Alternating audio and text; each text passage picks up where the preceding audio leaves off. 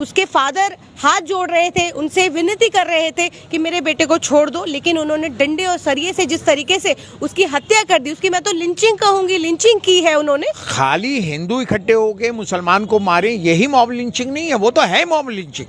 लेकिन अगर खुद मुसलमान भीड़ इकट्ठी करके और किसी मुसलमान को मारे, वो भी मॉब लिंचिंग है। ये यहाँ पर जिस तरीके से हर रोज फायरिंग हो रही है, उसको देखते हुए लोग यहाँ से पलायन कर रहे हैं। उसमें कम से कम 15-20 लोग थे इकट्ठे थे लड़के, जिन्होंने उस बच्चे का कत्ल किया है, तो ये भी मॉब लिंचिंग है। यहाँ पर हर रोज इस तरीके से अगर गुंडागर्दी बढ़ेगी तो आप ये सोचिए कि यहाँ पर लोग वाकई पलायन करने पर मजबूर हैं और पलायन कर रहे हैं। कौन रहेगा यहाँ? देखिए, कल जो परसों वाकया हुआ है और कल 9 बजे जिस बच्चे की आदिल नाम के जिस बच्चे की डेथ हुई है, एक तरह से ये मॉब लिंचिंग है।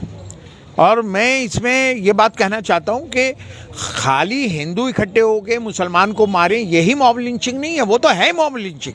लेकिन अगर खुद मुसलमान भीड़ इकट्ठी करके और किसी मुसलमान को मारे, वो भी मॉब लिंचिंग है। ये बात इसलिए कह रहा हूँ कि हरियाणा में अगर कोई मॉब लिंचिंग हो जाती है तो अमानुल्लाह ड्रामा करने वहाँ पहुँच जाता है कि मैं वक्फ बोर्ड से 5 लाख रुपये दूंगा। और घर में पड़ोसी में अगर मॉब लिंचिंग हो जाती है, क्योंकि कल का जो परसों का वाकया हुआ है, जिस बच्चे की कल डेथ हुई है, उसमें कम से कम 15-20 लोग थे इकट्ठे थे लड़के, जिन्होंने उस बच्चे का कत्ल किया है, तो ये भी मॉब लिंचिंग है। अमानतुल्लाह को इसको भी नौकरी देनी चाहिए, इसके भी किसी घर वाले को वक्फ बोर्ड में, और 5 लाख का मुआवजा देना चाहिए।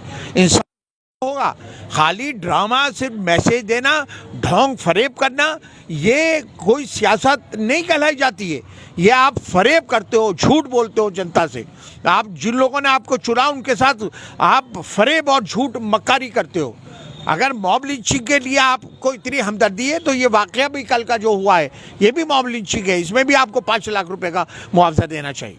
परिवार से मिलने गई, और परिवार से जब मैं मिली तो मैं परिवार के दुख में शरीक होने गई थी, क्योंकि परिवार का दुख इतना बड़ा है कि हम आप मिलकर के उसको कम नहीं कर सकते, बांट ज़रूर सकते हैं।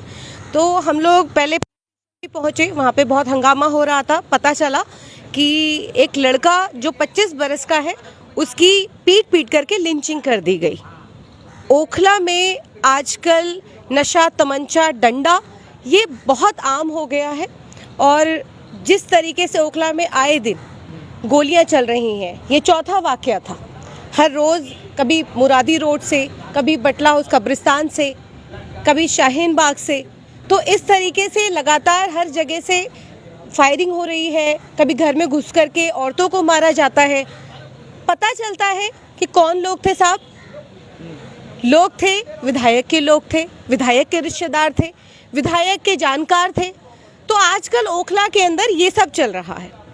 पिछले दिनों मैंने अपने एक लाइव किया था, और लाइव के माध्यम से भी मैंने ये बात रखी थी।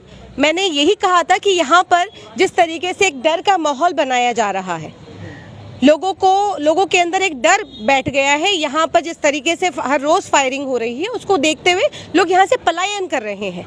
क्योंकि जो शरीफ लोग हैं, वो यहाँ पर ये सोच करके यहाँ पर रहते हैं, या बाहर से भी जो लोग आते हैं, ये सोच करके आते हैं कि जामिया यूनिवर्सिटी है, कॉलेज है और स्कूल है, तो यहाँ पर हमारे बच्चे महफूज हैं। लेकिन यहाँ पर हर रोज़ इस तरीके से अगर गुंडागर्दी बढ़ेगी, तो आप ये सोचिए कि यहाँ पर लोग वाकई पलायन करने पर मजबूर हैं, पलायन कर रहे हैं। कौन रहेगा यहाँ पर? यहाँ पर पता चलता है कि जिस ओखला को आपको ऐसा ओखला बनाना था, लेकिन वो ओखला तो नहीं बन पाया। लेकिन हर रोज़ यहाँ पर गुंडागर्दी बढ़ रही है, और गुंडागर्दी भी इस तरीके से बढ़ रही है कि यहाँ पर मुजरिमों को यहाँ पर संरक्षण मिलता है, पुलिस संरक्षण देती है, और जो मजलूम है, मजलूम को पुलिस स्टेशन बिठा करके उनसे सवालात किए जाते हैं, कैसे हुआ, कब हुआ, उसके अंदर आपका किस तरीके से रोल था। तो मजलूमों को यहाँ पे सताया जा रहा है, और मुजरिमों को संरक्षण दिया जा रहा है, और पुलिस इसको दे रही है। और आपको इस बात का भी इल्म बहुत अच्छे से होगा कि जब ये वाकया हुआ, जो तालिब के परिवार के साथ जो हुआ है, उस लड़के को जब वो अस्पताल में, वो लड़का जिंदगी और मौत के बीच जूझ रहा था, उस वक्त आम आदमी पार्टी के लोग, आम आदमी पार्टी के पार्षद, होने वाले पार्षद यहाँ पर मांडवाली कर रहे थे। यहाँ पर पुलिस के ऊपर ये प्रेशर बनाया जा रहा था कि आप इसको किसी तरीके से रफा दफा कीजिए, तो हर बार यही चीज़ देखी जाती है कि इनके लोग, इनके विधायक के लोग, विधायक के खानदानी, विधायक के रिश्तेदार, विधायक के गांव के लोग, तो ये बार बार जिस तरीके से चीज़ें सामने आ रही है, ये बहुत ही ज़्यादा अफसोसजनक है। ओखला को, मैं हमेशा कहती हूँ, ओखला को खोखला बनाने की कोशिश की जा रही है। और मैं हमेशा एक चीज़ और ये आपसे, आपके चैनल के माध्यम से भी कहूँगी कि देखिए, हमेशा अगर किसी भी मजलूम की लड़ाई अगर कोई लड़ता है तो यहाँ पर कांग्रेसी खड़े होते हैं। कभी भी आपने इन 7 सालों में कभी भी आम आदमी पार्टी के विधायक या पार्षद को कभी भी किसी मजलूम के साथ आपने खड़ा हुआ नहीं पाया होगा। ना ही कभी अगर कोई इस तरीके की घटना या वारदात होती है तो आप कभी भी इन लोगों को उनके साथ खड़ा हुआ नहीं पाएंगे। ना ही कभी इनके फेवर में कभी ये कोई बयान देते हैं। उसकी वजह सिर्फ यही है क्योंकि इनके लोग उसके अंदर शामिल होते हैं, इनकी शय से ये सब चीज़ें चलती हैं। उसके फादर हाथ जोड़ रहे थे, उनसे विनती कर रहे थे कि मेरे बेटे को छोड़ दो, लेकिन उन्होंने डंडे और सरिये से जिस तरीके से उसकी हत्या कर दी, उसकी मैं तो लिंचिंग कहूँगी, लिंचिंग की है उन्होंने, तो ये बिल्कुल बेबर्दाश्त है। और ओखला में ये कोई भी बर्दाश्त नहीं कर सकता। जो शरीफ आदमी अपने बच्चों की, हम लोग भी ओखला के अंदर रहते हैं, तो हम ओखला के अंदर माहौल यही चाहेंगे कि हमारे बच्चों के लिए सुरक्षित माहौल हो, ऐसा माहौल हो कि हम यहाँ पर अपने बच्चों को कहीं पर भी अगर हम भेजें तो हमें लगे कि हमारे बच्चे सही सलामत आएंगे। गिल्ली डंडे की लड़ाई अगर हत्या तक, लिंचिंग तक पहुंच जाएगी तो आप ये समझिए कि आप ओखला को कहां लेकर चले गए हैं।